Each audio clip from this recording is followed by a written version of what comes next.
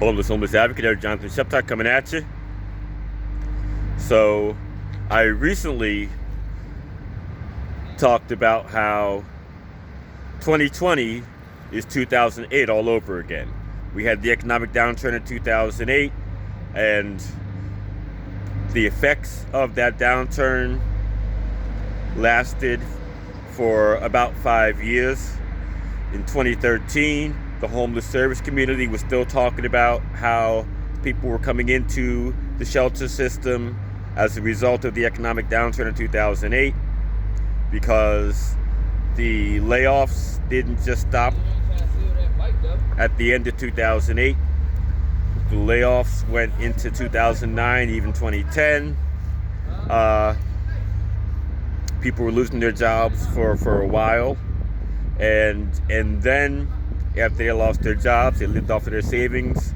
And after the savings ran out, they went to a family member's couch. And then after they wore out their welcome, they went to the shelter. So 5 years after the economic downturn, we were still getting people in the shelter who were affected by the economic downturn.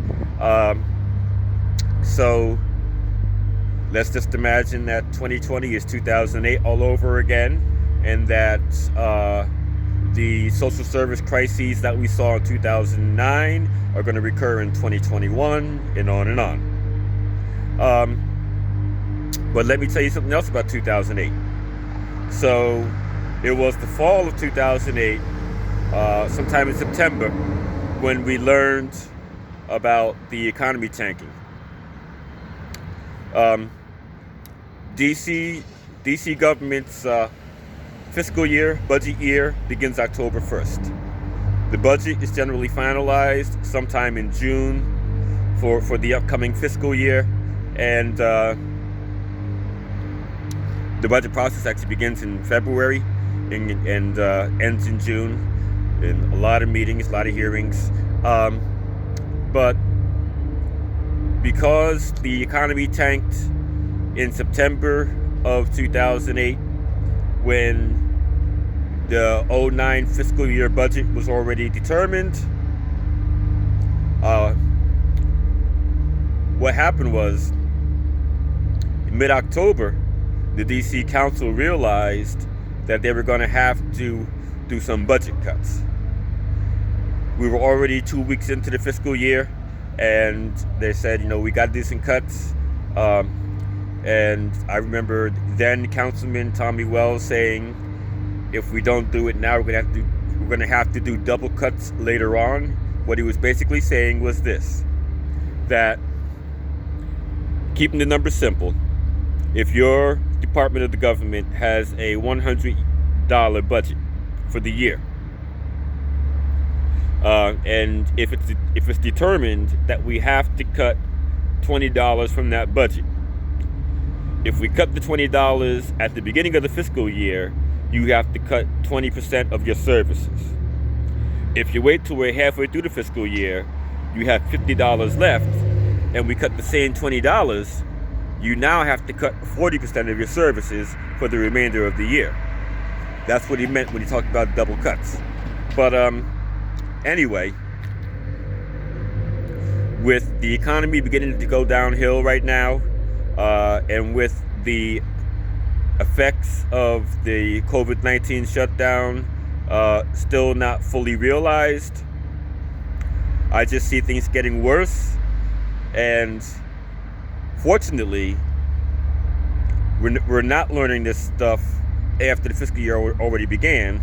We still have a few more months before the next fiscal year begins, but I believe that sometime between now and October 1st, there's going to be some talk about budget cuts, because with people being out of work, DC government's not raking in as much tax money, and they just have to do cuts.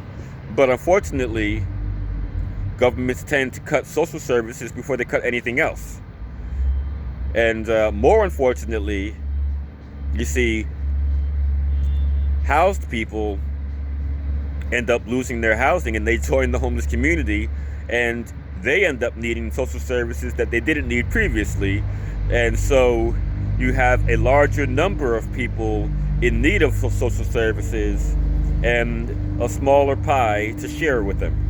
And so hopefully we won't have to go through what we went through in 08 or 09 or 2010, where we had to keep going down to City Hall and telling them, don't cut the social services budget.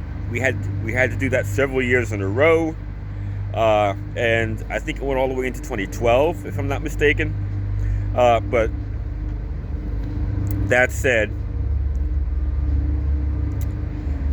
let's hope that since we're not flying blind this time, that we do retain the institutional memory, like I said in the previous update.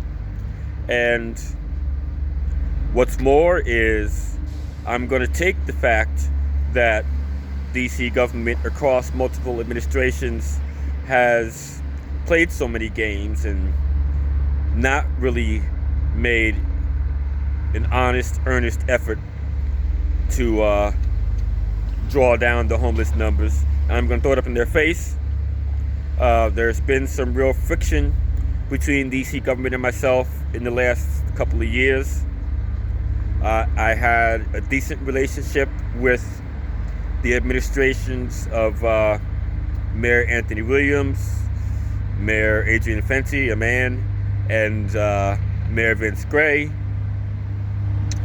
There's been a high level of tension between the Muriel Bowser administration and myself.